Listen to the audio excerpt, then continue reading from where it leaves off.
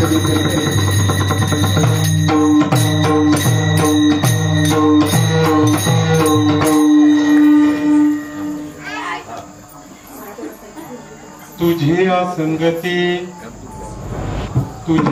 संगती झाली आमुची निश्चिंती नाही देखिले ते मिळे भोग सुखाचे सोहळे घरी ताकाचे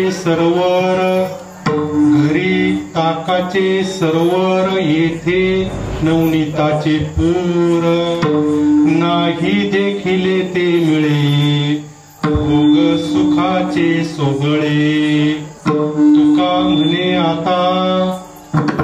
म्हणे आता आम्ही नवजो दवडिता नाही देखिले ते मिळे भोग सुखाचे सोहळे विठ्ठल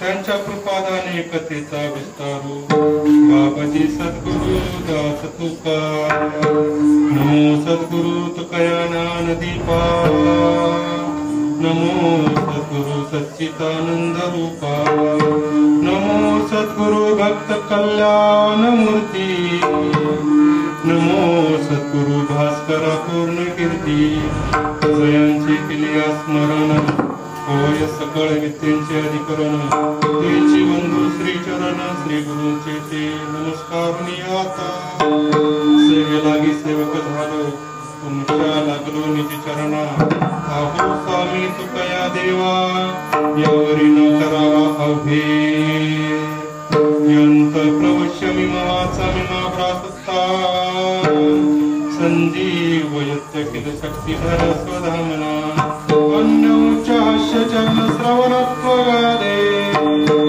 प्राणान भगवते पुरुषाय तुभ्यं माझी वाणी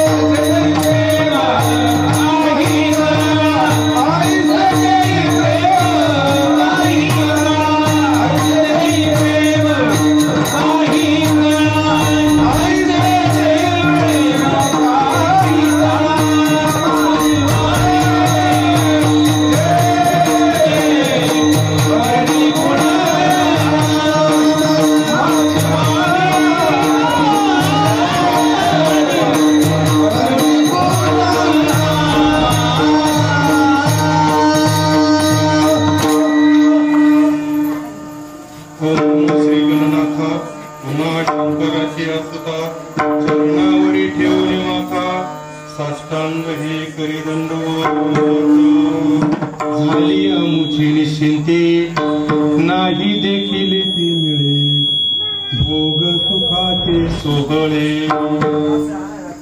प्रस्तुत कीर्तन सेवे करता घेतलेला अभंग विश्ववंदे संत हृदय सम्राट देहूगावचे महान साधू जगद्गुरु तुकोबाराय यांचा 4 चरणाचा असा अभंग आहे. या अभंगामधून जगद्गुरु तुकोबाराय जे जे झाले अवतार तुका त्यांचे बरोबर या न्यायाने द्वापार युगामध्ये तुकोबारायांना जो काही अनुभव आला तो अनुभव या प्रस्तुत अभंगामधून तुकोबारायांनी प्रतिपादन केला.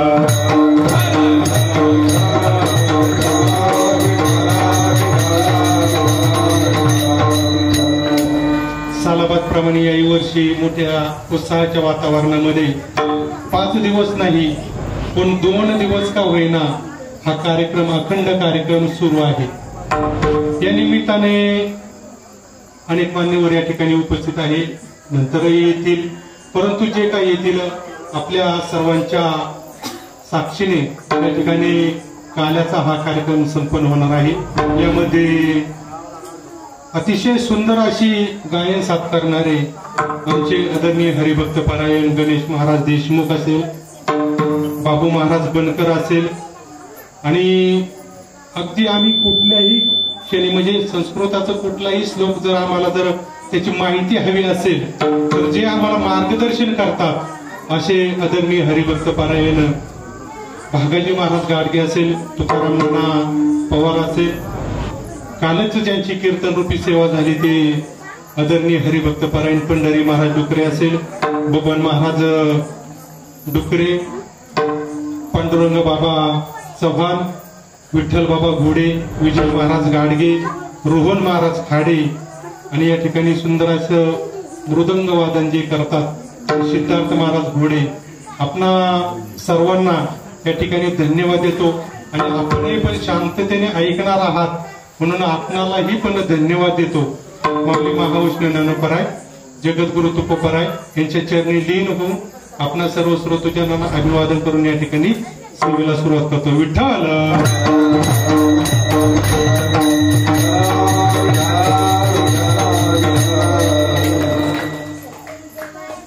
तुझी संगती झाली अमुची निश्चिंती नाही देखील ते मिळे भोग सुखाचे सोहळे.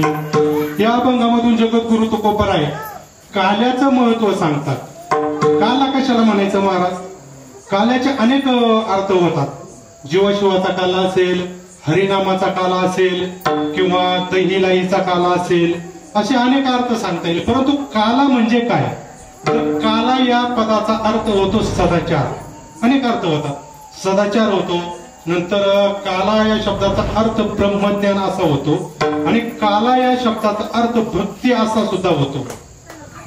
ब्रह्मज्ञान का म्हणायचं महाराज किंवा आत्मज्ञान का म्हणायचं तर त्याचं कारण असं आहे, काला हा प्रत्येकाच्या जीवनात घडलाच पाहिजे.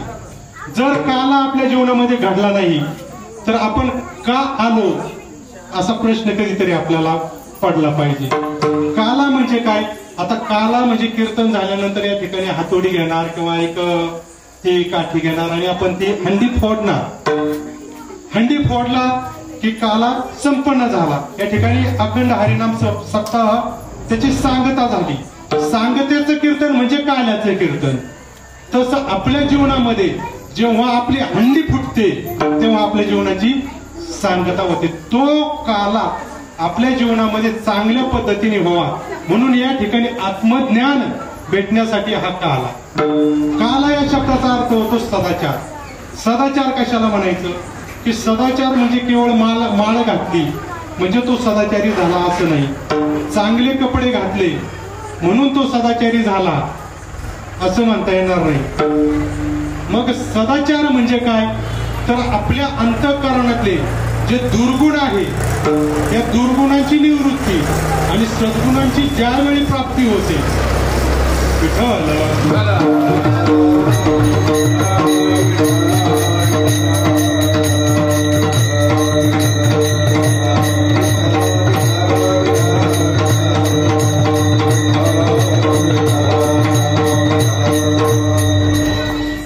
दुर्गुणांची निवृत्ती होती आणि सद्गुणांची प्राप्ती एकदा का झाली की आपल्या जीवनात काला हा घडला. किंवा काला हे कीर्तन जे आहे, कीर्तन या शब्दाचा अर्थ असा होतो, कीर म्हणजे ईश्वर स्वरूप आणि तन म्हणजे गवत, तन म्हणजे शरीर, ईश्वर स्वरूप शरीर होणं म्हणजेच काला. आणि या ठिकाणी आपण काला, या ठिकाणी आता काल्याचं कीर्तन या ठिकाणी संपन्न होणार आहे. का भगवान श्रीकृष्णाच्या जीवनामध्ये काला हा प्रसंग आला किंवा भगवान श्रीकृष्णाचा अवतार कशासाठी झाला, का भगवान श्रीकृष्णाला अवतार घ्यावा लागला, त्याचं कारण असं आहे, प्रभू रामचंद्रांनी पण या भूतलावरती अवतार घेतला आणि भगवान श्रीकृष्णाने सुद्धा या ठिकाणी अवतार घेतला. परंतु दोघांच्या जर जीवनाचा आपण भेद पाहिला तर फार विसंगती आपल्याला दिसते. प्रभू रामचंद्र दुपारी मध्यान्ह जन्माला आले आणि भगवान श्रीकृष्ण रात्री मध्यान्ह जन्माला आले. प्रभू रामचंद्रांचं जे जीवन चरित्र आहे हे आचरण्यासारखं आहे, आपल्या जीवनामध्ये ते अंगीकारण्यासारखं आहे, परंतु माणसं ते अंगीकारत नाही. आणि भगवान श्रीकृष्णाचं जे जीवन चरित्र आहे हे आचरणासाठी अशक्य आहे महाराज, कठीण आहे असं नाही, अशक्य आहे, परंतु त्यासाठी सगळ्याची धडपड चाललेली असते. सांगायचं तात्पर्य असं की भगवान श्रीकृष्णाने का अवतार घेतला किंवा महाविष्णूने भगवान श्रीकृष्णाच्या रूपामध्ये का अवतार घेतला, त्याचं कारण असं आहे की पृथ्वीवर भगवान श्रीकृष्ण का अवताराला आले, त्याचं कारण असं आहे की या भूतलावरती पाप वाढलं आणि पाप वाढल्यानंतर ही जी भूमाता आहे किंवा ही पृथ्वी आहे ही गायीच्या रूपाने ब्रह्मदेवाकडे गेली आणि ब्रह्मदेवाकडे गेल्यानंतर या पृथ्वीने किंवा या भूमातेने सांगितलं की माझ्यावर फार पापाचा भार झालेला आहे आणि तुम्हाला का आता सहन होत नाही. महाराज पृथ्वीला दुसरं एक नाव आहे, त्याचं नाव आहे क्षमा. क्षमा असं सुद्धा पृथ्वीला म्हटलं जातं, बरोबर ना महाराज. क्षमा म्हणजे कुठलंही आपण काही कार्य करत असताना सगळ्यात अगोदर आपल्याला माफ करणारे कोण असेल तर आपली भूमाता आहे. पृथ्वी आपल्याला माफ करत असते, परंतु या भूमातेवर सुद्धा पापाचा भार झाला. मग कशाचा भार होतो? भ्रष्टाचार केल्याने भार होतो का महाराज? भ्रष्टाचाराचा भार होत नाही. किंवा एखाद्याने काही वेगळ्या अनैतिक मार्गाने पैसे कमवले त्याचा भार या भूमातेला होत नाही किंवा या पृथ्वीला होत नाही. डोंगरांचा सुद्धा भार होणार नाही, या झाडांचा भार होत नाही, नदी नाल्यांचा भार होत नाही. मग कशाचा भार होतो तर तुकोबाराय सांगतात, काही नित्य नेमाविन अन्न खायतो श्वान, माणूसपण वाया माणूसपण भार वायतो ऋषभ. पुढे काय महाराज? पुढे महत्वाचं आहे, आता अंडरलाईन करायची. काही नित्य नेमाविन अन्न खायतो श्वान, वाया माणूसपण भार वायते ऋषभ, त्याचा होय भार. हे महत्वाचं आहे, त्याचा भार होतो. त्या आपल्या जीवनामध्ये जो कोणी नैतिक मूल्य जपत नाही किंवा आपलं आचरण व्यवस्थित ठेवत नाही त्याचा खऱ्या अर्थाने या ठिकाणी पृथ्वीला भार होतो. विठ्ठल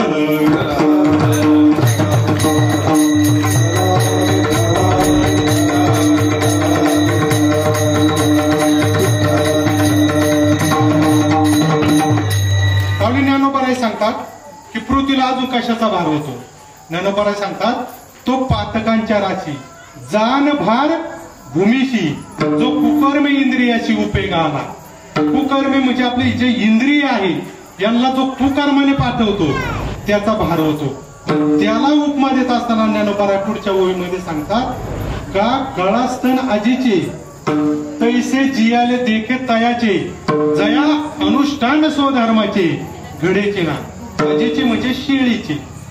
शेळीला किती स्तन असतात महाराज? किती? काही ना 4 असतात, काही ना 2 असतात. ज्यांना 4 असतात महाराज, ज्या गळ्याला का गळा स्तन आजीचे तैसे जियाले देखे तयाचे, जे गळ्याला स्तन आलेले असतात त्या गळ्याच्या स्तनामधून किंवा त्या स्तनामधून किती लिटर दूध निघतं महाराज? थेंब सुद्धा निघत नाही. मग तशा प्रकारे काहींचं जीवन असतं. ज्ञानोबाराय सांगतात त्यांचा पृथ्वीला भार होतो. आणि अगदी आपल्या ग्रामीण भाषेत सांगायचं ठरलं, खाण्याचा कार आणि धरणीला हे तरी कळलं ना, बाकी प्रमाण नाही कळलं तरी चालेल, एवढं कळलं तरी कीर्तन समजलं असं म्हणावं लागेल. विठ्ठल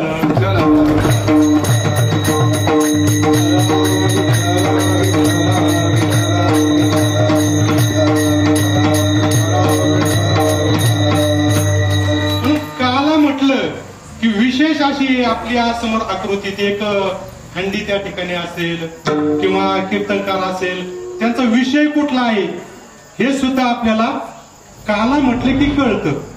काही अर्थ असे असतात की त्यांचं नाव उच्चारलं किंवा काही तो आवाज कानावर आला की आपल्याला समजतं की या ठिकाणी काय चालू आहे.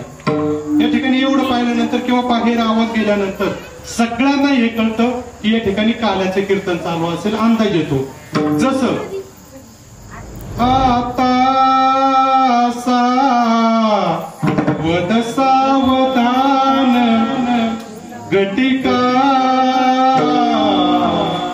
समजायचं या ठिकाणी कोणाचं तरी वाटोळ काय झालं, या ठिकाणी कोणाचं तरी हे आवाज ऐकलं की आपल्या लक्षात येतं. तसं काला म्हटलं की सगळ्यांच्या लक्षात येतो या ठिकाणी भगवान श्रीकृष्णाचं चरित्र सांगणार आहे. भगवान श्रीकृष्ण या ठिकाणी अवताराला येणार. ज्यावेळी पृथ्वी मातेने सांगितलं की माझ्यावर पापाचा भार झाला, त्यावेळी ब्रह्मदेवाने महाविष्णूला सांगितलं आणि महाविष्णूने सांगितलं की मी या ठिकाणी अवताराला येणार. म्हणून पृथ्वीला दिलासा भेटला आणि भगवान महाविष्णू अवताराला येत असताना, महाराज देव अवताराला येत असताना कुठे येत असतो, देव कुठे अवताराला येत असतो, आपण सांगून जातो यदा यदा हे धर्मस्य ग्लानिर्भवति भारत, की ज्या ज्या ठिकाणी साधू संतांची निंदा होईल किंवा पापाचं आचरण होणार, धर्माचं आचरण होणार नाही, त्या ठिकाणी भगवंत जन्माला येत असतो. परंतु त्याही पेक्षा अधिक महत्वाचा असा आहे की भगवंत अशा ठिकाणी जन्माला येतो ज्या सुखाकारणे देव वेडावला वैकुंठ सोडून. पहिल्यांदा त्या ठिकाणी संत ज्या ठिकाणी अवताराला येतात त्याच ठिकाणी भगवंत सुद्धा अवताराला येत असतात. म्हणून भगवंताने सांगितलं की मी अवताराला येणार. कथाभाग आपल्या सर्वांना ज्ञात आहे की वसुदेव आणि देवकी यांच्या पोटी अगोदर 6 मुलं जन्माला आली. 6च्या 6 मुलं या कंसाने मारली. का मारले 6 मुलं? 6च मुलं का मारले महाराज? तर त्याचं कारण असं आहे की हे जो कंस होता हा पाठीमागच्या जन्मामध्ये हिरण्यकशिपूचा मुलगा, कोण? भक्त प्रल्हाद. आणि त्या भक्त प्रल्हादाचाच एक भाव होता, त्याचं नाव होतं कालनेमी. हा कालनेमी जो आहे हा सुद्धा एक भगवत भक्त होता महाराज. त्यांनी पुत्र प्राप्तीसाठी तपश्चर्या केली आणि तपश्चर्या केल्यानंतर त्यांना 6 मुलं त्या ठिकाणी प्राप्त झाली किंवा त्यांच्या पोटी जन्माला आले. मग ते जे आता तपश्चर्या करून किंवा सात्विक वृत्तीचे जे मुलं आहे महाराज त्यांच्या मुखावर ऑटोमॅटिक देवाचं नामस्मरण घडत असतं. म्हणून तो जो कालनेमी आहे त्याच्या मुलांच्या हातून सुद्धा परमार्थ घडायला लागला. आणि हे हिरण्यकशिपू जो होता याचं ब्रीद होतं महाराज. काय ब्रीद होतं? नाम घेऊन देव देवाची आईचे ब्रीद हिरण्यकशिपूचे. म्हणजे त्या मुलांनी ते नाव घेतलेलं किंवा भगवंताचं नाव घेतलेलं हे हिरण्यकशिपूला मान्य होत नव्हतं किंवा सहन होत नव्हतं. मग हिरण्यकशिपूने काय केलं? त्यांना मारण्याचा प्रयत्न केला, परंतु ती मुलं काय मारले जाईल. मग त्या हिरण्यकशिपूने त्या मुलांना शाप दिला. म्हटलं तुम्ही माझ्या हातून मारणार नाही ना, हे काम तुमचाच बाप करेल, तुमचाच बाप तुम्हाला मारेल. म्हणून तोच जो कालनेमी होता तोच पुढे येऊन कंस जन्माला आला, कंस रूपामध्ये जन्माला आला आणि ते षडगर्भ होते. त्यांना तो जो शाप होता तो शाप त्या ठिकाणी पूर्ण झाला. 6वा गर्भ जो आहे त्याचं आकर्षण केलं पुन्हा तो गोकुळामध्ये आणि त्या ठिकाणी संघर्षण किंवा त्याला आपण बळीदादा असं म्हणतो. त्या ठिकाणी बळीदादा जन्माला आले. आणि 8वा जो आहे महाराज, 8वा जन्माला आल्यानंतर त्या ठिकाणी आल्यानंतर त्याचं तेज एवढं होतं. अर्थात तो कोण होता 8वा? भगवान श्रीकृष्ण. तेज एवढं होतं त्याच्याकडे पाहिल्यानंतर वसुदेवाला असं वाटलं की किती सुंदर मुलगा आपल्या पोटी जन्माला आला. वसुदेवाने त्या लहान मुलाला, त्या बाळाला घेतलं आणि छातीशी लावलं. देवकीने सांगितलं असं करून जमणार नाही, तुम्हाला त्याला काहीतरी वाचवण्यासाठी काहीतरी प्रयत्न केले पाहिजे. मग या वसुदेवाने म्हटले काय केलं पाहिजे, तर देवाने स्वतः सांगितलं की तुम्ही मला आता काय करा, कुठे घेऊन जा, नंदाच्या घराला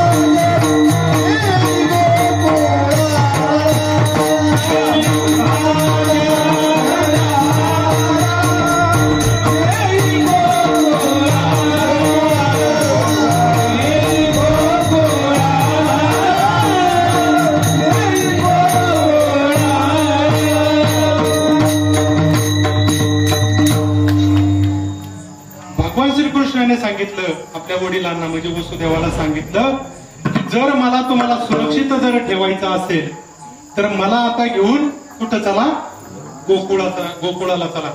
नंद महाराज हे नाव नाही, नंद ही पदवी आहे. नंद राजाच्या घरी मला घेऊन चला असं म्हटले. गर्ग संहितेमध्ये 5 प्रकारच्या पदव्या आल्या. ज्याच्याकडे 5 लक्ष गायी आहे, 5 लक्ष गायी त्याला उपनंद म्हणायचं. ज्याच्याकडे 9 लक्ष गायी आहे त्याला नंद म्हणायचं. ज्याच्याकडं 9 लक्षापेक्षा जास्त गायी आहे त्याला ऋषभानु असं म्हणायचं. ज्याच्याकडे 40 लाखापेक्षा जास्त गाय आहे त्याला ऋषभानु वर असं म्हणतात. आणि ज्याच्याकडं 1 कोटी गाय आहे त्याला नंद राजा असं म्हणतात.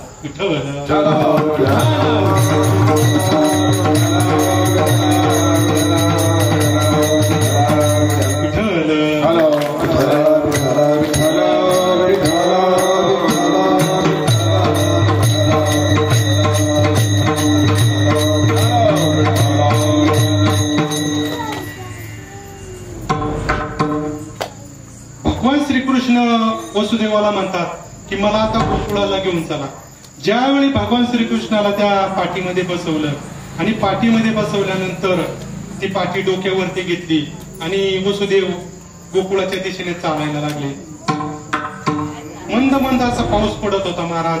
त्या ठिकाणी विजांचा गडगडाट होत होता. ढग असं भरून आलेलं होतं आणि ते ढग असं म्हणजे पाऊस पडत असताना आकाशाने ढगांना विचारलं, म्हटलं की तुम्ही काय या ठिकाणी बरसता. त्यावेळी त्या ढगांनी आकाशाला सांगितलं की आमच्या जीवनातला हा फार आनंदाचा क्षण आहे. त्याचं कारण असं आहे की हा जो परमात्मा ज्या अवताराला आलेला आहे हा पुढे जाऊन आमच्या नावाने ओळखला जाणार आहे. म्हणून मेघश्याम असं एक भगवान श्रीकृष्णाचं नाव आहे. विजांना विचारलं तुम्ही काय कडकडाट करता. त्यावेळी विजांनी सुद्धा सांगितलं आम्हाला सुद्धा एक असा अतिव आनंद झालेला आहे.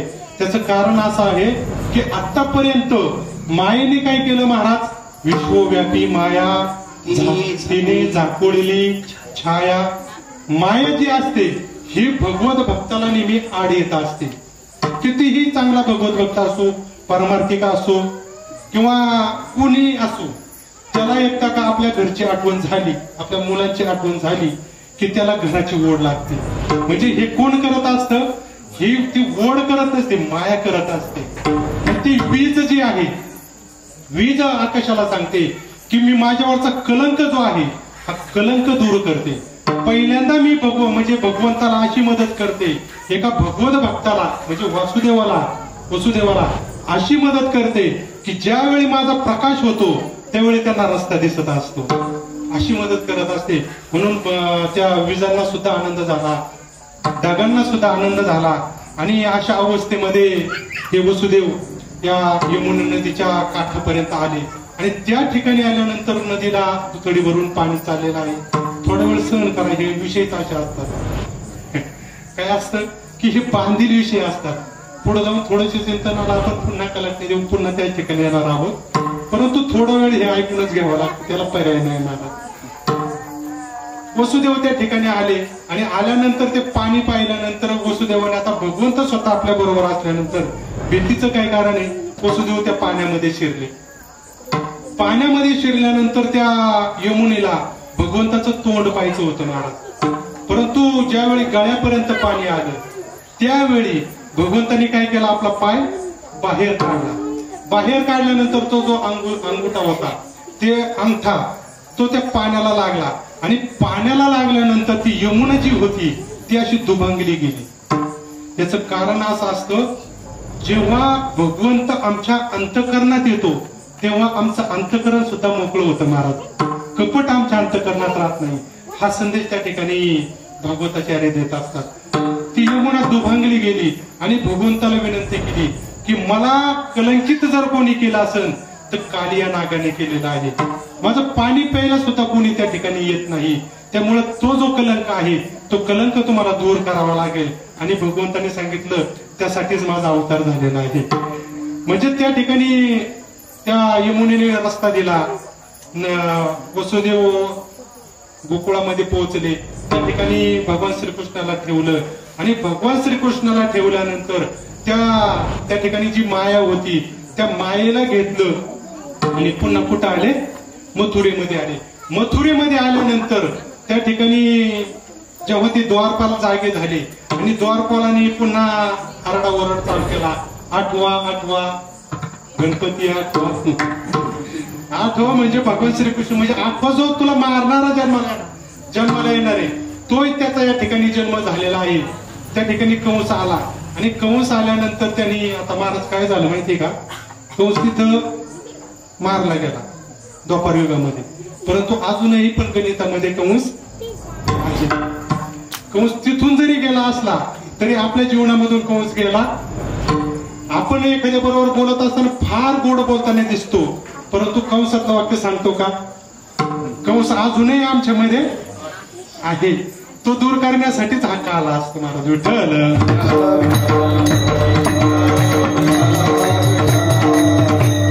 त्या ठिकाणी कंस धावत आला. धावत आल्यानंतर त्या मायेला कर फिरवलं, आपटणार तेच ती माया हातामधून सटकली. आणि सटकल्यानंतर काय झालं महाराज की त्या मायेने सांगितलं कंसाला, तुझं लागे वदी उपदला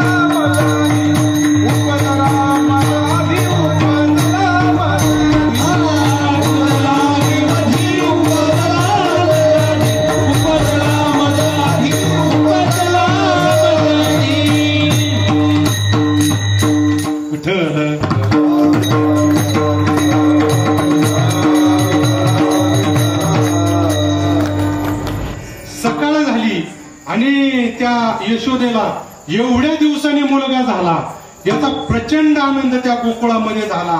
आणि त्याच्या सगळ्या गवळणी होत्या महाराज, सगळ्या गवळणी आल्या आणि एकच आच्या मोठ्याने जल्लोष केला. मोठ्याने असा जल्लोष करत होता, त्या सुखामध्ये जल्लोष आणि फक्त जल्लोषच करत होता महाराज. किती सांगू मी सांगू कोणाला, आज आनंदी आनंद झाला, आज आनंदी आनंद झाला. किती सांगू मी सांगू कोणाला, किती सांगू मी सांगू कोणाला, आज आनंदी आनंद झाला.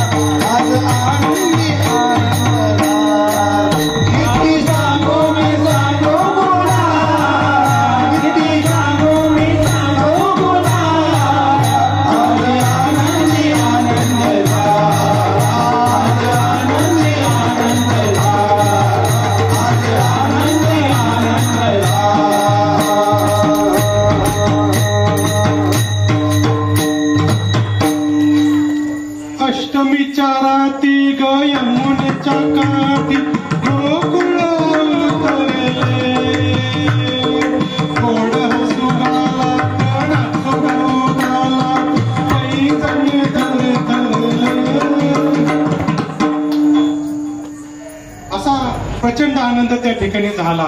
आणि आनंद झाल्यानंतर महाराज प्रत्येक जण एकमेकीला ते सुंटवडा वगैरे वाटतात आणि सगळेजण आनंदीने त्या ठिकाणी नाचतात गातात. असं प्रसन्नमय वातावरण त्या ठिकाणी झालं. आणि झाल्यानंतर ते यशोदेला तर एवढा आनंद झाला होता महाराज. असे ज्येष्ठ कीर्तनकार सांगतात की यशोदेला 80 वर्षानंतर पहिल्यांदा मुलगा झाला होता. म्हणजे ज्यावेळी भगवान श्रीकृष्णाचा जन्म झाला त्यावेळी यशोदेचं वय किती होतं? 80 वर्षाचं होतं. आणि 80 वर्षाने एवढ्या दिवसांनी तेवढे आयुष्य तेवढंच होतं महाराज. आता 80 वर्षामध्ये काय होतं? वर्ष श्राद्ध होऊन गेलेलं असतं. आता तेवढं वय राहिलेलं नाही. तेव्हा वय म्हणजे आयुर्मर्यादा सुद्धा तेवढा असायच्या. तो भागीनेरा आहे. आणि त्या ठिकाणी सगळ्यांना असा आनंद झाला. आणि नंद राजाच्या जीवनामध्ये जो काही तो प्रसंग आला की आतापर्यंतची तपश्चर्या आहे की भगवंताची संगती मला लाभावी, जी नंद राजाची जी तपश्चर्या होती ती पूर्ण झाली. आणि नंद राजा मात्र या ठिकाणी निश्चिंत झाले. अभंगाची तुझी संगती, तुझी संगती, तुझी संगती, तुझी संगती.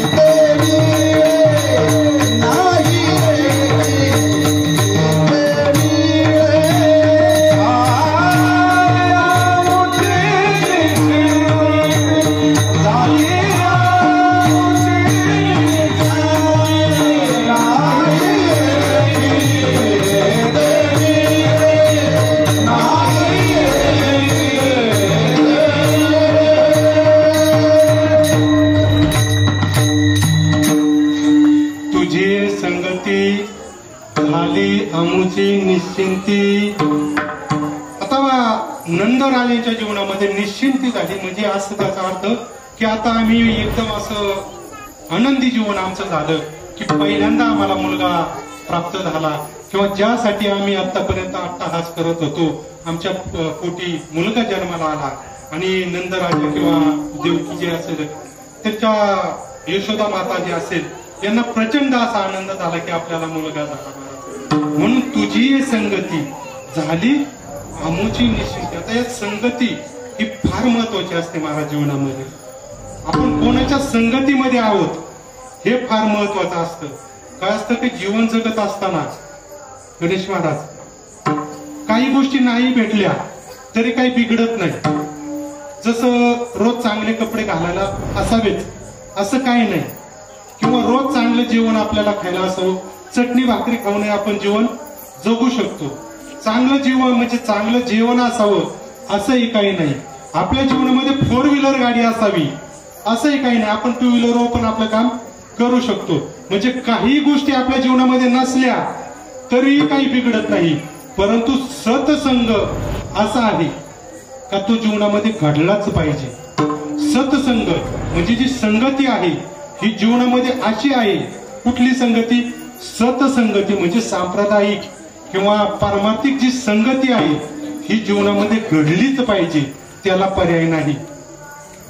एखाद्याचं लग्न नाही झालं काही बिघडत नाही. हनुमंतरायांचं लग्न झालं नाही महाराज, सगळ्यांना रामकृष्ण चालूच ना. काही बिघडलंय का? नाही. एखाद्याचं लग्न झालं, परंतु एखाद्याला जर करायचंच ठरलं तर कसं असावं महाराज? कबीर महाराजांच्या जीवनाचा फार सुंदर प्रसंग आहे बरं, मला फार आवडला महाराज. एकदा कबीर महाराजांकडे एक तरुण मुलगा गेला आणि म्हटला, महाराज मला लग्न करायचंय आणि लग्न करण्यासाठी कशी मुलगी पाहिजे तुम्ही मला तेवढं सांगा. आता हा काय कुठं संतांना विचारण्याचा प्रश्न आहे का महाराज? हा संतांना एक आमचे गुरुवारी फार आनंदाने म्हणजे असं आनंद विनोदाने सांगतात की एक तरुण मुलगा एक मामासाहेब दांडेकर यांच्याकडे आला आणि म्हटला, महाराज आज खऱ्या अर्थाने माऊलींची माझ्यावर कृपा झाली. म्हटले काय कृपा झाली? म्हटले 40 वय झालं महाराज, माऊलीची कृपा अशी झाली की आता माझं लग्न झालं. आता ही कुठं साधू संतांची कृपा असते का? दांडेकर मामाने सांगितलं ही माऊलीची कृपा नाही, त्या मुलीची कृपा समजते मी तुला पसंत केला. ही साधू संतांची कृपा नाही. मग हे कबीर महाराजांकडे तो मुलगा आला आणि म्हटलं मला महाराज मुलगी लग्न करायचे, मुलगी कशी असावी. आणि दुपारची वेळ झालेली होती आणि कबीर महाराजा बाहेर ते सेले विनत बसले होते. तर कबीर महाराजांनी पत्नीला आवाज दिला, ती पाणी घेऊन आली, त्या मुलाला त्या तरुणाला पाणी दिलं, पाणी वगैरे केला. मला सांगा ना मला लग्न करायचंय, मुलगी कशी पाहिजे. त्यावेळी कबीर महाराजांनी सांगितलं त्याच्याशी म्हणलं थोडा 2 मिनिटं फक्त शांत बस. पुन्हा पत्नीला आवाज दिला, म्हटला जरा आतून एक दिवा घेऊन ये. म्हटला वेळ कधीची महाराज? दुपारची. उजेडा म्हणजे लख असा सूर्याचा उजेड आहे त्या ठिकाणी, प्रकाश आहे. आणि त्यावेळी कबीर महाराज म्हणतात एक दिवा घेऊन ये. तो जो तरुण होता म्हटलं आतापर्यंत मी ऐकले की साधू संत चांगले उपदेश करतात, त्या संतांच्या डोक्यावर काही असं नाही. साधू संतांचे म्हणजे यांच्या डोक्यावर काही परिणाम झाला की काय असा तो मुलगा म्हटला. ती जी महिला होती ती दिवा घेऊन आली, त्या ठिकाणी दिवा ठेवला आणि पुन्हा आतमध्ये निघून गेली. महाराज सांगा ना मी तुम्हाला विचारतो काय आणि तुम्ही करताय काय. त्यावेळी कबीर महाराजांनी सांगितलं हे बघ अशी जर भेटली ना तर कर, नाहीतर शेवटपर्यंत ब्रह्मचारी राहा. अशी म्हणजे कशी? तिने मला जाप केला का की आता दुपार आहे, तुम्हाला दिव्याचं काय करायचंय, मी आज्ञा केली ना दिवा घेऊन आली की नाही. अशी जर भेटली आज्ञाधारक तर कर, नाहीतर आयुष्यभर ब्रह्मचारी राहा. सांगायचं तात्पर्य काय की हिला कुलवधू असं म्हटलं जातं. आणि प्रत्येक महिलेने लक्षात ठेवा, प्रत्येक महिलेने आपल्या डोक्यामध्ये फिट ठेवायचं की जोपर्यंत आपला पती आहे ना तोपर्यंतच आपल्याला किंमत आहे. एकदा का आपला पती जर गेला ना आपल्याला पुत्र सुद्धा विचारत नाही. महाराज तुम्ही म्हणजे सांगाल का हा काहीतरी बोलतो, अति याला पुरावे. महाराज रामायणापासून जर आपण जर पाहिलं ही जी काही होती महाराज, हे दशरथ राजा तिच्या पायावर डोकं ठेवलं महाराज. आता शास्त्राने सांगितलं की बायकोच्या पाया पडू नये, परंतु शास्त्र असंही सांगतं देव जोडावा तरी करावा अधर्म, अंतरिती कर्म न आचरावे. देव जोडण्यासाठी जर अधर्म करायची वेळ आली तरी तो करावा. तो दशरथ राजाने केला, अधर्म केला. आपल्या बायकोच्या पायावर डोकं ठेवलं. म्हटला माझी एकच अट आहे, मी भरताला राज्य देतो. म्हटला काय हरकत नाही, भरताला राज्य द्यायला मी तयार आहे. माझी एकच अट आहे, रामाला तू वनवासाला पाठवू नको. काही ऐकलं नाही महाराज. रामाला वनवासाला पाठवलं आणि या दशरथ राजाने राम राम म्हणून देह सोडला. त्या ठिकाणी ज्यावेळी देह सोडला, नंतरचा भाग सांगण्यासारखा आहे. ज्यावेळी दशरथ राजांनी देह सोडला, ज्या अयोध्येमध्ये महिला होत्या त्या महिला औक्षण करण्यासाठी पहिला मान कैकेयीला देत असायच्या, त्याच महिला आता विधवा म्हणून तिचं तोंड पाहिल्यानंतर अपशकुन मानायला लागलं. म्हणून जोपर्यंत पती आहे तोपर्यंत जीवनामध्ये किंमत आहे. एकदा का पती गेला की आपली किंमत त्या ठिकाणी मातीमोल होती, आपली कुत्र्यासारखी किंमत त्या ठिकाणी होती. म्हणून प्रत्येक महिलेने आपल्या पतीला काय म्हणजे ही माणसं सांगतोय असं नाही, प्रत्येक महिलेने आपला धर्म पाळा. पतीची सेवा करणं, पतीची आज्ञा पाळणं हा महिलेचा धर्म आहे. महाराज महिलेने फार कीर्तन करावं हा महिलेला धर्म सांगता येणार नाही. महिलेने आपला जो धर्म आहे, आपलं जे घर आहे, या घराचं व्यवस्थित संगोपन केलं, मुलांना चांगले संस्कार लावले, तोच त्यांचा धर्म आहे महाराज. आणि तुकोबाराज सुद्धा सांगतात ना महाराज, पतिव्रता जी असते ही पतिव्रता कशी असते महाराज. तुका म्हणे पतिव्रता तिची देवावरी सत्ता. रामायणाचा प्रसंग सांगतो पुन्हा पहा, फार छान प्रसंग आहे की ज्यावेळी लक्ष्मण भाईंना ती शक्ती लागली आणि लक्ष्मण भैया त्या ठिकाणी बेशुद्ध होऊन पडले, मूर्छित होऊन पडले आणि सांगितलं की तुम्हाला अशा हिमालयातून ती संजीवनीची बुटी आहे ती आणावी लागेल. हनुमंतरायाने उड्डाण केलं, त्या ठिकाणी गेले आणि अशी अट होती की ते दिवस उगायच्या आत, दिवसाचा उदय होण्याच्या अगोदर ती जी संजीवनीची बुटी आहे ती घेऊन आली पाहिजे. अशी आठ होती. हनुमंतरायाने उड्डाण केलं त्या ठिकाणी. आता ती कशी ती संजीवनी ती वनस्पती कशी शोधायची त्यांना काही ती माहित नाही. आणि त्यांनी काय केलं, हनुमंतरायाने तो डोंगरच उचलला. उचलल्यानंतर ते डोंगर ज्यावेळी हनुमंतराय घेऊन चालले होते, रात्रीची वेळ होती आणि अशी ती जे वनस्पती होत्या महाराज, त्या वनस्पतींचा असा मंद मंद असा प्रकाश पडत होता. ते पाहिल्यानंतर अयोध्येच्या दिशेने, अयोध्येमधून असा लंकेच्या बाजूने हनुमंतराय चालले होते आणि जात असताना ते भरताने पाहिलं.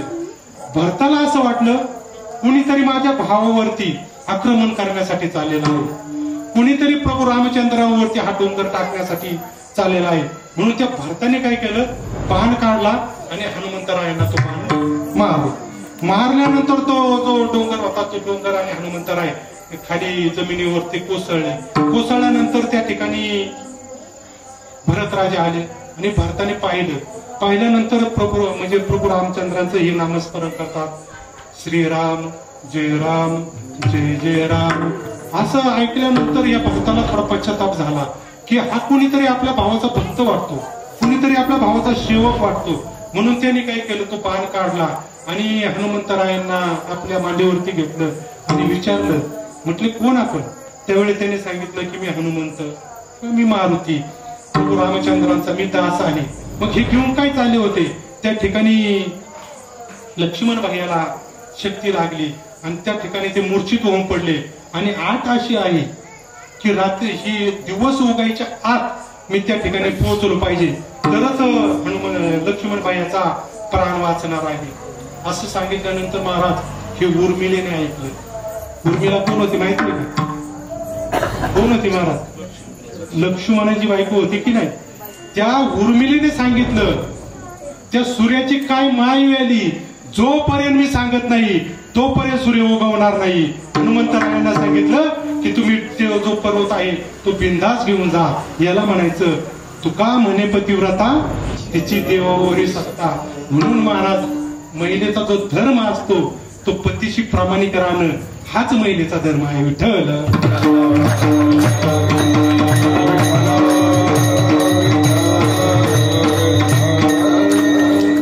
म्हणून महाराज गोरखदाची आता एक मालिका निघली पहा, तू माझा सगळे प्रमाण पाठ असतात, मालिका पाठ असतात, परंतु आचरण मात्र काही कोणी करत नाही. आपल्या जीवनामध्ये ते अंगीकारलं पाहिजे. तू माझा सांगती. आणि आता अभंगाचा आपला अर्थ काय चालू आहे, तुझी संगती. संगती ही फार महत्वाची असते महाराज. मग संगती ही देवाला सुद्धा संतांची संगती लाभलेली आहे. देवाला सुद्धा संगतीची गरज आहे. जर संत नाही तर देवाला कोण वंदन करणार आहे? सासऱ्याची सेवा का करायची? पतीचे वडील म्हणून सासऱ्याची सेवा. डायरेक्ट सासऱ्याची सेवा कोण करेल का? पांडुरंगाला आम्ही पंढरपूरला जातो का जातो महाराज? आमच्या साधू संतांनी सांगितलं म्हणून जातो. नाहीतर डायरेक्ट पांडुरंगाचा आमचा काही संबंध नाही. हे वास्तव आहे महाराज. देवाला डायरेक्ट कोण पूजत नाही. त्याचं कारण असं सांगतो की आपला नागपंचमीचा सण असतो पहा. नागपंचमीचा सण असतो आणि नागपंचमीच्या दिवशी आपण नागाला सुद्धा देव समजतो. मग ज्या महिला होत्या अशी लहान लहान मुलं घेऊन महिला त्या वारुळ पुंजण्यासाठी त्या ठिकाणी जातात. गेल्यानंतर कुणी त्या वारुळामध्ये लाह्या टाकतं, कुणी असं ते गव्हाचं पीठ वगैरे टाकतं, कुणी दूध सोडतं. त्या वारुळामध्ये एक नाग आणि एक नागिन होती. त्या नागिनीने काय म्हटले की हे आपल्याला या ठिकाणी आपलं पूजन करण्यासाठी आलेत की नाही, आपण काय करायचं म्हटलं, यांना दर्शन द्यायचं. कोण म्हटलं? नागिन म्हटली नागाला, आपण या महिलांना दर्शन द्यायचं. मग ते नाग म्हटला तू असा वेडेपणा करू नको, आपण गेल्यानंतर ते एकही पण थांबणार नाही. मग ते आपलं पूजन करण्यासाठी आले, ते कशासाठी आले? नाही म्हटलं आपण दर्शन द्यायचं. लहान लहान मुलं घेऊन त्या महिला त्या ठिकाणी आल्या होत्या आणि ते जे शेत होतं ते नांगरलेलं होतं. त्या बांधावरती ते वारुळ होतं. नागिन काय नागाचा ऐकाना, कोण कोणाचा ऐकाना? नागिन. गैरअर्थ करू घेऊ नका. नागिन नागाचा ऐकाना. नागिन नागाचा हा आणि तर स्वतःवर ओढून घेतात. नागिन नागाचा ऐकाना. नाही म्हटली मी जाणार. नागिन जशी वर आली महाराज, हे ताट सोडा, त्या पोरांना सोडून सुद्धा या महिला पळाल्या. महिलांनी पळायला सुरुवात केली. ते वावर जे होतं ते जे शेत होतं नांगरलेलं होतं, उलट्या पालट्या पडल्या, तरी तपास नाही केला, तरी पळत सुटल्या महाराज. त्या ठिकाणी एक सर्पमित्र आला. तो सर्पमित्र आला आणि त्या सर्पमित्राने त्या नागिनीला सहज पकडल्यानंतर म्हटलं आता तुम्हाला काही धोका नाही. त्याच महिला पुन्हा ते ताट आपले पुरप वगैरे कुठं आहे ते पाहिले, त्यांना घेतला आणि त्या नागाला पुन्हा दूध पाजायला लागल्या. ह्या नागाला किंवा त्या नागिनीला का दूध पाजायला लागला? त्या ठिकाणी कोण आला? सर्पमित्र आला. आपण देवाजवळ डायरेक्ट जाऊ शकत नाही महाराज. विश्वरूप अर्जुनाला सुद्धा पावलं नाही, त्यासाठी दिव्य दृष्टी द्यावी लागली. आपण देवाचं स्वरूप जे आहे हे सहजासहजी पाहू शकत नाही, त्यासाठी संत असतात किंवा सत्संग हा फार महत्वाचा असतो. म्हणून आपल्या साधू संतांनी ही कीर्तन प्रवचनाची जी परंपरा आहे, ही परंपरा या ठिकाणी आपल्याला म्हणजे आपल्या जीवन उद्धारासाठी खऱ्या अर्थाने या ठिकाणी आपल्याला एक प्रदान केली असं म्हणावं लागेल. फार मोठी संस्कृती साधू संतांनी आपल्याला प्रदान केली. का महाराज परमार्थ हा चांगल्या मार्गाला घेऊन जातो? अगदी कोणीही असो, त्याचा उद्धार केल्याशिवाय या ठिकाणी राहत नाही. त्याचा उद्धारच या ठिकाणी होत असतो. फक्त त्यासाठी त्या साधू संतांची किंवा त्या कीर्तनकारांची संगती चांगली पाहिजे. जर संगती चांगली असेल तर जीवनाचा उद्धार नक्की होत असतो. एक प्रसंग सांगतो की एक लहान मुलगा, सत्य घटना आहे, एक लहान मुलगा, एक 11-12 वर्षाचा मुलगा, त्याला पायी नाही, गुडघ्यापासून खाली पायी नाही आणि मनगटापासून पुढं हात नाही. किती नाराज राहायला पाहिजे त्यांनी देवावर, की देवाने मला असं का बनवलं? देवाला त्यांनी जाब विचारायला पाहिजे किंवा देवाच्या नावाने त्यांनी काहीतरी ऊर पिटायला पाहिजे. परंतु तो मुलगा रात्रंदिवस देवाचं भजन करायचा महाराज, नामस्मरण करायचा. एक दिवस असं झालं की त्या आषाढी वारी होती आणि आषाढी वारीच्या वेळी वारकरी चाललेले होते. त्यावेळी एक त्यांच्या गावामध्ये मुक्काम होता आणि त्या मुक्कामाच्या ठिकाणी कीर्तनाचं आयोजन केलं होतं. म्हणून तो जो मुलगा आहे, लहान मुलगा, 11-12 वर्षाचा मुलगा होता, तो मुलगा आपल्या आईला म्हटला आई, यस, तो मुलगा आपल्या आईला म्हटला, आई त्या ठिकाणी कीर्तन चालू आहे ना, त्या ठिकाणी नेऊन फक्त मला बसवतो. बाकी काय 9 ते 11चं कीर्तन असायचं, रात्रभर कधी कधी कीर्तन चालायचं, मला त्या ठिकाणी नेऊन बसव. त्यावेळी ती आई म्हणते, अरे तू काय ज्याची भक्ती करतो त्यांनी तुझी काय अवस्था केली आणि तू पुन्हा नाही? म्हटलं आई, जी गोष्ट जिथं हरवली ना ती तिथंच शोधायची असते. हे फार महत्वाचं आहे महाराज. आपलं जे सर्वस्व ज्या ठिकाणी हरवलंय ना त्याच ठिकाणी ते शोधायचं असतं. म्हणून आपल्याला जर आपल्या जीवनामध्ये दुःख येत असेल, समजायचं नाही की देवाने आपल्याच वाट्याला काय हे दुःख पाठवलं, त्यासाठीच विघ्नहर्ता आहे.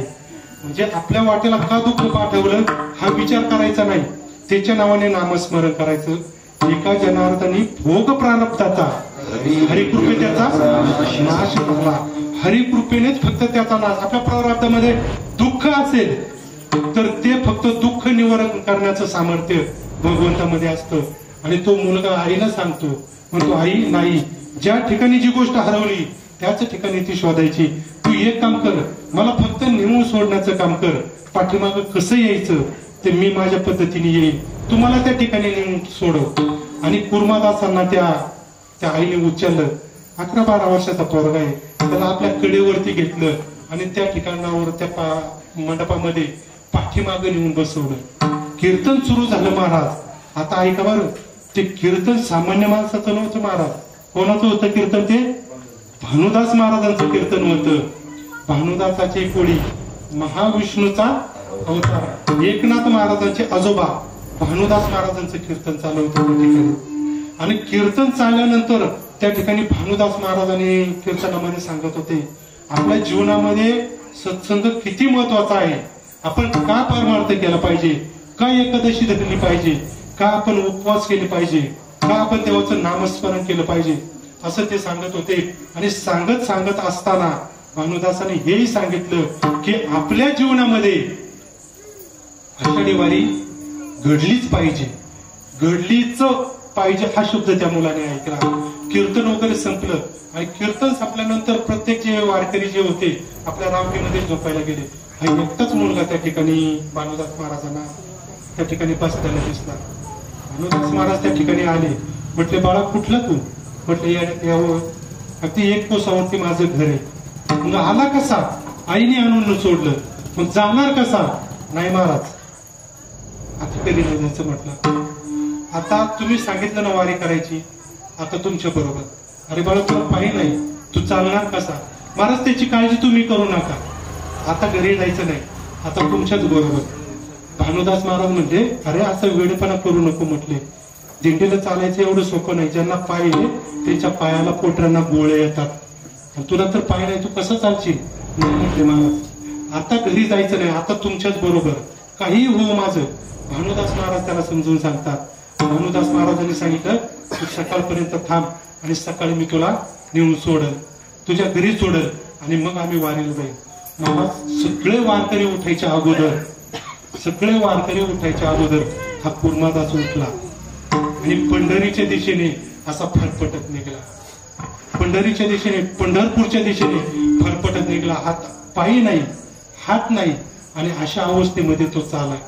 ज्या गावामध्ये जायचा त्या गावकऱ्यांना सांगायचा, लक्षात ठेवा बरं, पाठीमागून माझे गुरुजी येतात, दिंडी येते, फार लोक आहे आणि फार चांगलं कीर्तन करतात, त्यांच्या जेवणाची वगैरे तुम्ही व्यवस्था करा. आणि ते कुर्मादास काय करायचे, ते ज्या गावामध्ये दिंडी येणार आहे अगोदरच त्यांनी आपला रस्ता काटायला सुरुवात करायची. असे फरफटत हातावर चालायचे, पायावर असं पोटावरती असे घसरत किंवा करडत असे चालायचे. जात असताना ज्या गावामध्ये दिंडी यायची त्या गावामध्ये अगोदरच स्वागताला लोक असायचे. भानुदास महाराजांना विचार पडला की आपण येण्याच्या अगोदरच यांना कसं कळतं की दिंडी या ठिकाणी येणार आहे.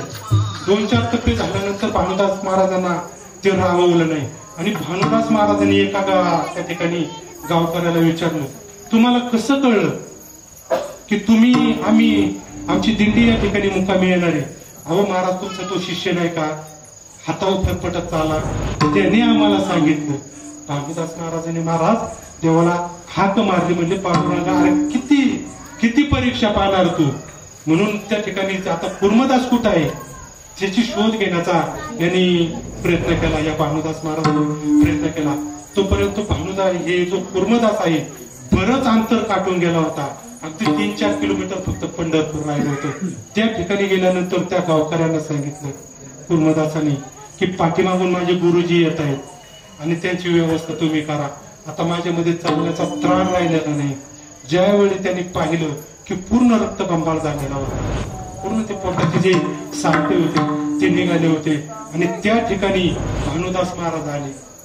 भानुदास महाराज आल्यानंतर ती अवस्था पाहिली, रक्तबंबाळ झालेला हा कुर्मदास महाराज. त्या गावाचं नाव लगुळ. लगुळ गावामध्ये भानुदास महाराजांची आणि कुर्मदासांची पुन्हा भेट झाली. त्या ठिकाणी भानुदास महाराजांना सांगितलं कुर्मदासांनी, महाराज तुम्ही सांगितलं की दिंडी ही आयुष्यामध्ये घडलीच पाहिजे, वारी ही आयुष्यामध्ये घडलीच पाहिजे. मी फार प्रयत्न केला, जीवाचा आकांत केला, परंतु आता मला चालवत नाही, आता मला जाता येणार नाही, आता काय केलं पाहिजे? त्यावेळी भानुदास महाराजांनी आवाज दिला पांडुरंगाला महाराज आणि पांडुरंगाला त्या ठिकाणी यावं लागले. नुसते पांडुरंग आले नाही महाराज, त्या ठिकाणी माऊली ज्ञानोबा सुद्धा आले होते, नामदेव महाराज सुद्धा आले होते आणि सावता महाराज सुद्धा त्या ठिकाणी होते. कुर्मदासांनी त्याच ठिकाणी आपला देव समर्पित केला. त्याच ठिकाणी कुर्मदासांची लगुळमध्ये समाधी म्हणजे आपल्याला पाहायला भेटते. आजही पण त्या ठिकाणी पांडुरंगाची दिंडी त्या ठिकाणी येते महाराज. हा कशाचा परिणाम आहे? हा फक्त सतसंगाचा परिणाम आहे. विठ्ठल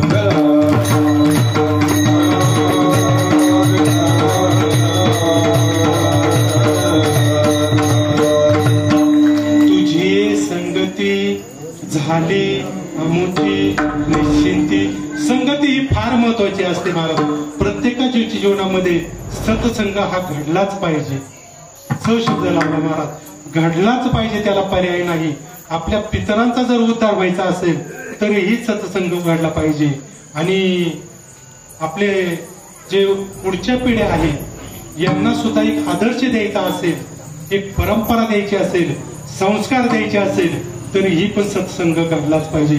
पतंती पितरो येशान लुप्त पिंड दत्त क्रिया. म्हणजे जेव्हा आपण चांगलं जर वाईट कृत्य करतो तेव्हा आपले स्वर्गात गेलेले सुद्धा पितर पुन्हा नरकात येत असतात. म्हणून सत्संग हा घडला पाहिजे. विठ्ठल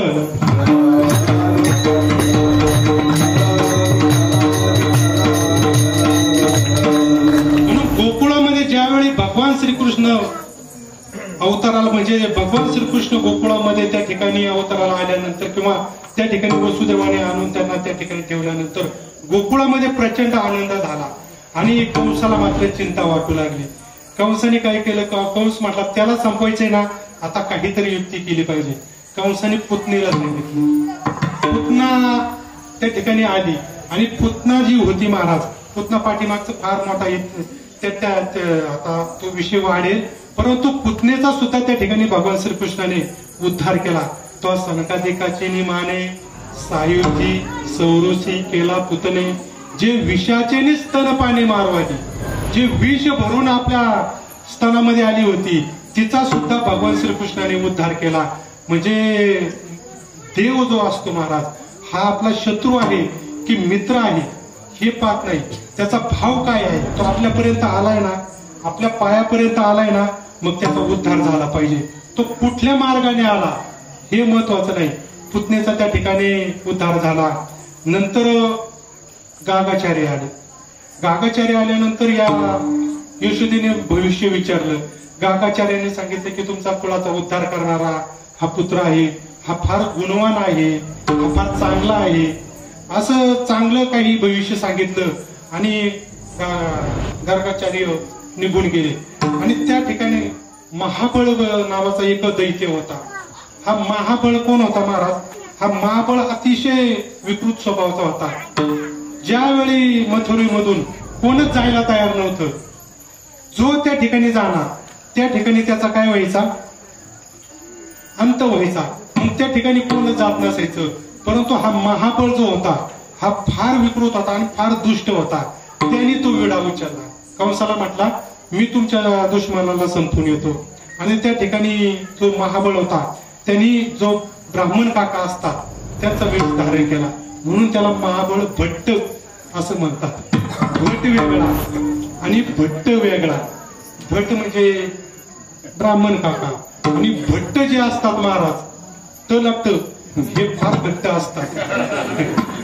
भट्ट हे फार आमच्या घरात यायचे नाही, ह तुम्ही तिकडेच खेळायचे असे बोलणारे जे असतात ते भट्ट. आणि भट्ट जे असतात त्यांना आपण सहज निमंत्रण केलं तरी ते आपल्या घरी जेवायला येतात, परंतु भट्ट मात्र घरी आपल्या जेवणासाठी येत नाही. म्हणून ते भट्ट. हा जो महाबळ भट्ट होता यांनी तो विडा उचलला. तो त्या ठिकाणी आला. आल्यानंतर यशोदेला सांगितलं की मला तुझ्या मुलाचं भविष्य सांगायचंय. यशोदा म्हटली गर्गाचार्याने सांगितलं. म्हटलं नाही, म्हटलं ते खोटं सांगितलं. म्हटलं मी सांगणार. म्हटली आता एकदा ऐकलं होतं महाराज, पुन्हा ऐकायची काही गरज होती का? परंतु महिला नाही ऐकून त्या महिला कसल्या महिला म्हटली ती यशोदा म्हटली ठीक आहे काय हरकत नाही. भगवान श्रीकृष्णाला त्या ठिकाणी आणलं आणि आणल्यानंतर त्या गर्गाचार्याने सांगायला सुरुवात केली. काय गर्गाचार्याने सांगायला सुरुवात केली, हा तुमच्या कुळाचा राज करल, तुमचं कुळ सुद्धा पाहायला ठेवणार नाही. यशोदा म्हटली गर्गाचार्याने असं नाही सांगितलं, पुढे ऐका म्हटला, हा तुमच्या गोकुळामधल्या सगळ्या स्त्रियांना नाचवल. म्हटली गर्गाचार्याने असं सांगितलं नाही. त्यावेळी हे महाबळ भट्ट होते.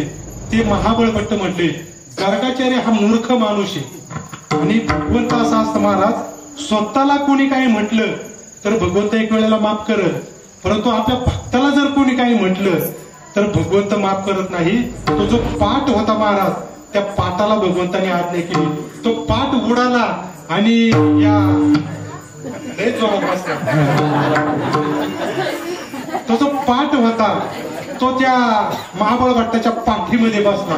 पाठीमध्ये बसल्यानंतर ते जे मुसळ होतं, पहिल्यांदा ते उखळ मुसळ असायचं ना, आता जात हे पाहायला सुद्धा राहिलं नाही महाराज. जाता आता फक्त लागणार आता मुसळ केव्हाच कालावश झालं.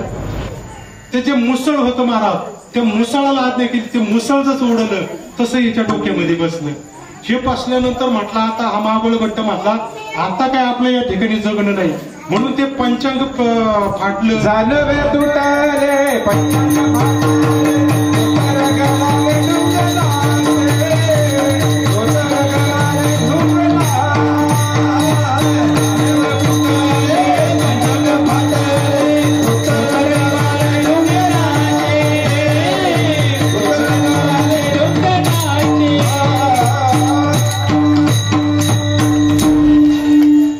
जानवे तुटले पंचांग फाटले धोतर फिटले किंवा गळाले.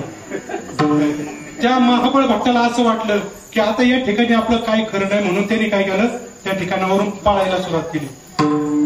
आता ऐका महाराज, आता मी धोतर नेसत असताना गाठ मारतो या ठिकाणी, पण पूर्वी लकड बाबा आहे या ठिकाणी, पूर्वी असा पीळ द्यायची बरोबर ना, गाठ नसायची धोतराला, तर त्याने अशी पीळ दिलेला होता. मग ते पीळ दिल्यानंतर तिची बाहेर बाज होती, हा पळायला लागला. बाज म्हणली सगळ्यांनी आपलं आपलं काम केलं, मी कशाला मागे राहू.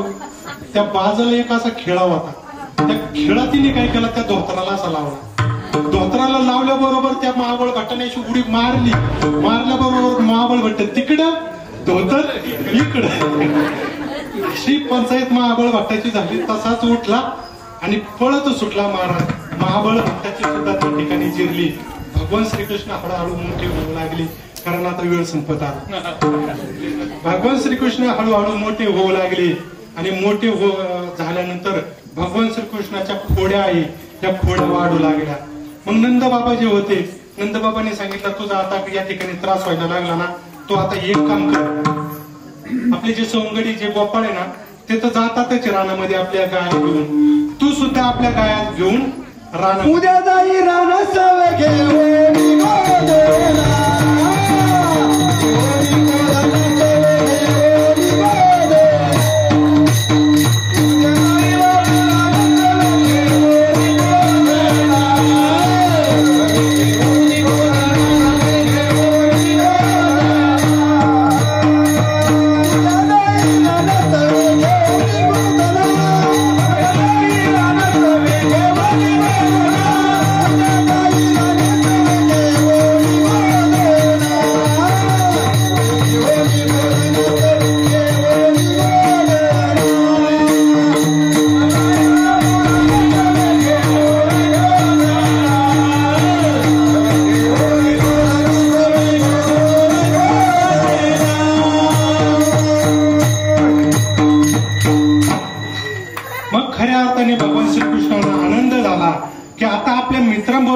आपल्या सवंगड्याबरोबर आपल्याला जावं लागणार. ज्या दिवशी भगवान श्रीकृष्ण रानामध्ये गाय घेऊन गेले त्यावेळी ते जे सवंगडी होते महाराज, आतापर्यंत अरे तुझी वाट पाहत होतो, जन्मोजन्मी तुझी वाट पाहत होतो, आता तू आम्हाला खऱ्या अर्थाने दिसला आणि जे सुख आहे ते सुख आता खऱ्या अर्थाने आम्ही भोगणार. अभंगाचं दुसरं नाही देखील ते मी नाही देखील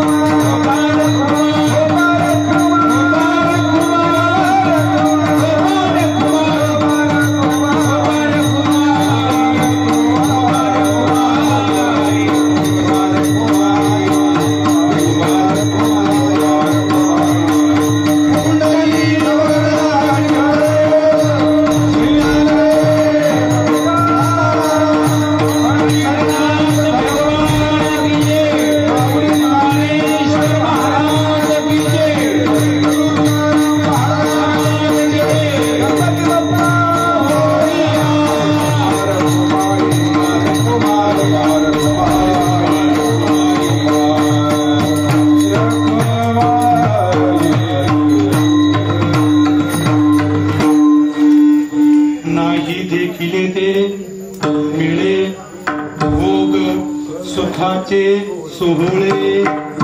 नाही म्हणजे आतापर्यंत आम्ही जो त्रास सहन केला की कधी भगवंताचं दर्शन आम्हाला होईल, ते दर्शन खऱ्या अर्थाने आता घडलं. आणि जे सुख आहे, सुख म्हणजे काय आहे की सुख हा भगवंत सुख रूप असतो महाराज. म्हणून ते सुख आता खऱ्या अर्थाने आम्ही भोगणार आहोत. असं गोकुळ आणि त्या गवळ्यांनी त्या ठिकाणी एकदम आनंदामध्ये असा जल्लोष केला. आणि भगवंताबरोबर त्या ठिकाणी जो लपंडाव असेल किंवा हुतुतू असेल, कुंभारी असेल, असे अनेक प्रकारचे खेळ खेळायला सुरुवात केली. हे खेळ खेळत असताना महाराज एक दिवस क्रिकेट खेळत होते. त्यावेळी चेंडू फली, आता क्रिकेट. म्हणजे क्रिकेट तेव्हापासून आहे. आता आपण जर विचारलं क्रिकेट खेळ कोणाचा, आम्ही म्हणतो इंग्लंडचा. परंतु तेव्हापासून हा खेळ आहे. सगळ्या खेळाची सुरुवात जर कुठं झाली असेल तर ती भारतात झाली महाराज, आपल्या भारत भूमीमध्ये झाली. त्याचं कारण असं आहे की भारत हा देश सनातन आहे. काही देशांचा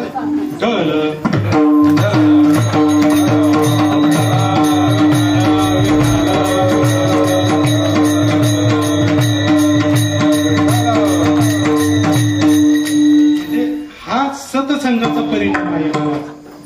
आणि वाल्याचा वाल्मिकी झाला हा इतिहास नाही, हा अपवाद आहे. हा अपवाद असतो जीवनामध्ये. सतसंग घडल्यानंतर कुणीतरी चांगल्या मार्गाला जात असतो किंवा जो सतसंगाला गेला तो चांगल्याच मार्गाला जात असतो. म्हणून सत्संग हा फार महत्वाचा आहे. भगवान श्रीकृष्णाचे त्यांचे ते क्रिकेटचे वगैरे खेळ सुरू झाले. आणि खेळ सुरू झाल्यानंतर त्या भगवान श्रीकृष्णाने कोणाला तरी वचन दिलेलं होतं महाराज सुरुवातीला, जे आपण वर्णन केलं. कोणाला दिलं होतं बाबा? डॉक्टर बाबा काय माहिती? अहो ज्या वेळी यमुनेमध्ये भगवान श्रीकृष्णाने पाय काढला त्यावेळेस यमुनेने काय म्हटलं होतं की मला कोणाचा कलंक लागला? कालिया मर्दांचा कलंक लागला. तो कलंक तुम्हाला दूर करायचा का नाही? भगवान श्रीकृष्णाने काय सांगितलं होतं की त्यासाठीच मी आलो. आणि भगवान श्रीकृष्णाने काय केलं, त्या नदीच्या डोहामध्ये बॉल टाकला. बॉल टाकल्यानंतर सगळे जे गोपाळ होते ते सगळे ओरडू लागले, अरे काय केलं काना तू? जो एक बॉल होता, जो एक चेंडू होता, तोही तू पाण्यामध्ये घालवला. आता खेळायचं कसं? सगळे भगवान श्रीकृष्णाला दोष द्यायला लागले. भगवान श्रीकृष्ण म्हटले तुम्ही मला दोष देऊ नका. तुमचा चेंडू तुम्हाला मिळण्याची मतलब, तुमचा चेंडू आणून दिला म्हणजे बासना. तो म्हटले कसा देणार? एवढा मध्यंतरी तो गेला. म्हटलं मी जाऊन घेऊन येतो. अरे म्हटले असं करू नको. त्या ठिकाणी कोण आहे? कालिया मर्दने, कालिया नाग आहे त्या ठिकाणी. मग त्या ठिकाणी गेल्यानंतर आतापर्यंत कोणी आला नाही. हा भाग सोडून द्या. त्या ठिकाणी पाणी पिल्यानंतर ते पाणी सुद्धा एवढं विषारी झालं होतं. जनावरांनी गायांनी पाणी पिल्यानंतर, त्या ठिकाणी पाणी पिल्यानंतर त्या गाया सुद्धा गतप्राण व्हायच्या, मरायच्या. एवढं विषारी तर तो नाग कसा असेल? मग भगवान श्रीकृष्णाने काय केलं, पाण्यामध्ये उडी टाकली. उडी टाकल्यानंतर हे जे गोपाळ होते मोठ्याने ओरडायला सुरुवात केली. का म्हणे उडी टाकली किंवा आता कृष्णाचं काय होणार, कृष्णाचं काय होणार, असा सगळा म्हणजे गावगावा गोकुळापर्यंत पोहोचला. आई ती आई असते महाराज. त्या ठिकाणी यशोदा माया होती, अशी मोठ्याने ओरडत आली की आता मला जगायचंच नाही म्हटली. आणि हे सगळं जे अंतर्ज्ञानाने भगवान श्रीकृष्ण जाणत होते. आणि त्या ठिकाणी यशोदा माया म्हटली आता माझा एक मुलगा होता तो सुद्धा नाहीसा झाला, मला जगण्याची इच्छाच नाही म्हटली, मी सुद्धा याच डोहामध्ये उडी टाकणार, अशी मोठ्याने ऊर पिटीत होती. आणि त्या ठिकाणी जोपर्यंत धरलं होतं तोपर्यंत बरोबर कंसातलंय, तिला जोपर्यंत धरलं होतं तोपर्यंत सोडा मला, सोडा मला. आणि खरोखर तिला सोडून दिलं. सोडून दिल्यानंतर पाण्यापर्यंत गेली. पाणी पाहिलं महाराज आणि पाठीमागे फिरली. कौनाचे माय बाप कौनाचे गण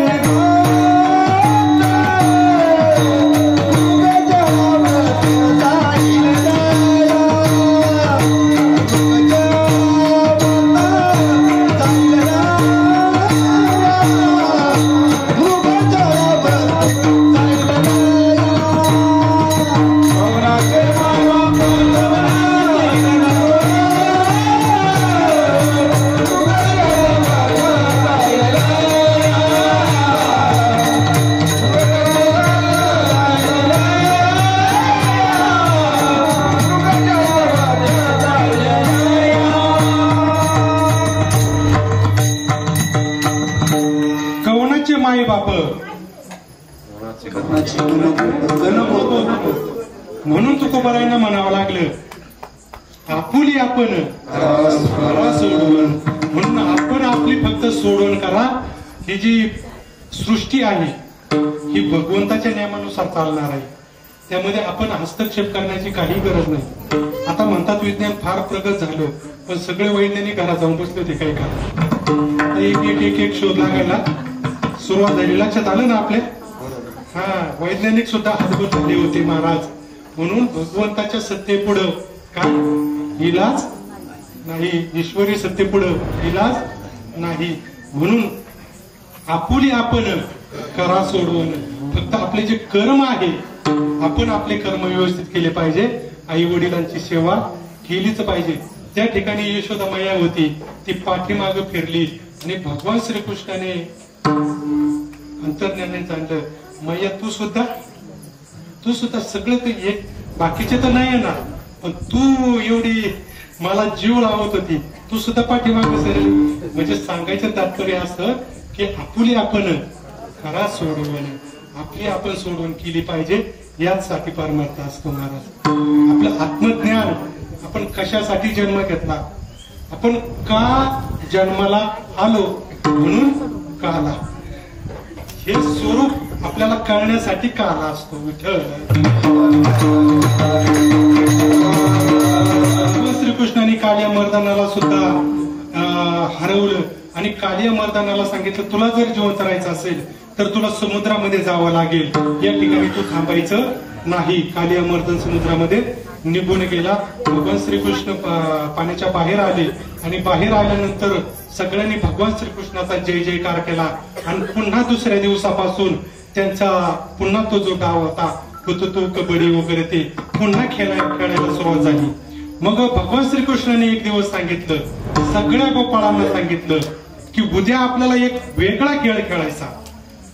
सगळ्यांनी आपल्या ज्या भाकरी असेल किंवा आपल्या ज्या काय म्हणतात त्याला शिदोऱ्या ज्या आहेत, या शिदोऱ्या सगळ्यांनी एकत्र करायच्या आणि काला करायचा.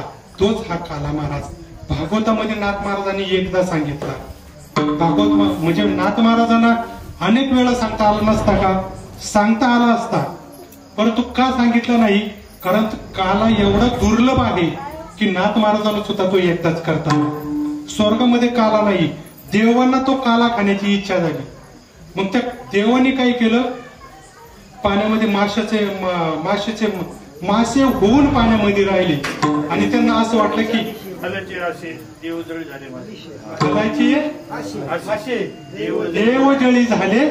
मासे.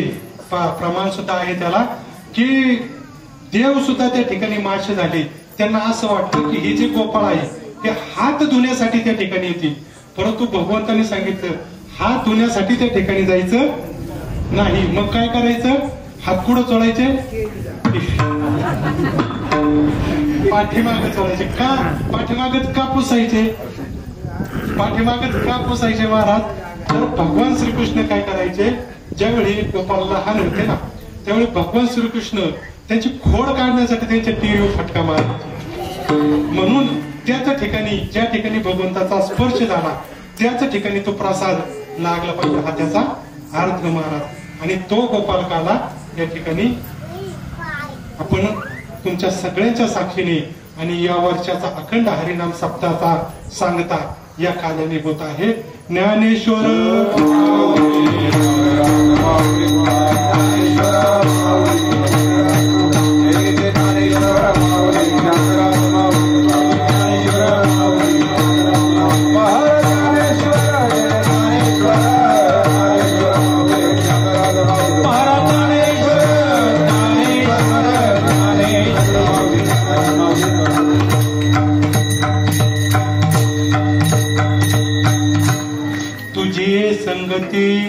झाली आमुची निश्चिंती, नाही देखील ते मिळे भोग सुखाचे सोहळे. अभंग. जय विठ्ठल. शिंके लांब विडे तुरी हो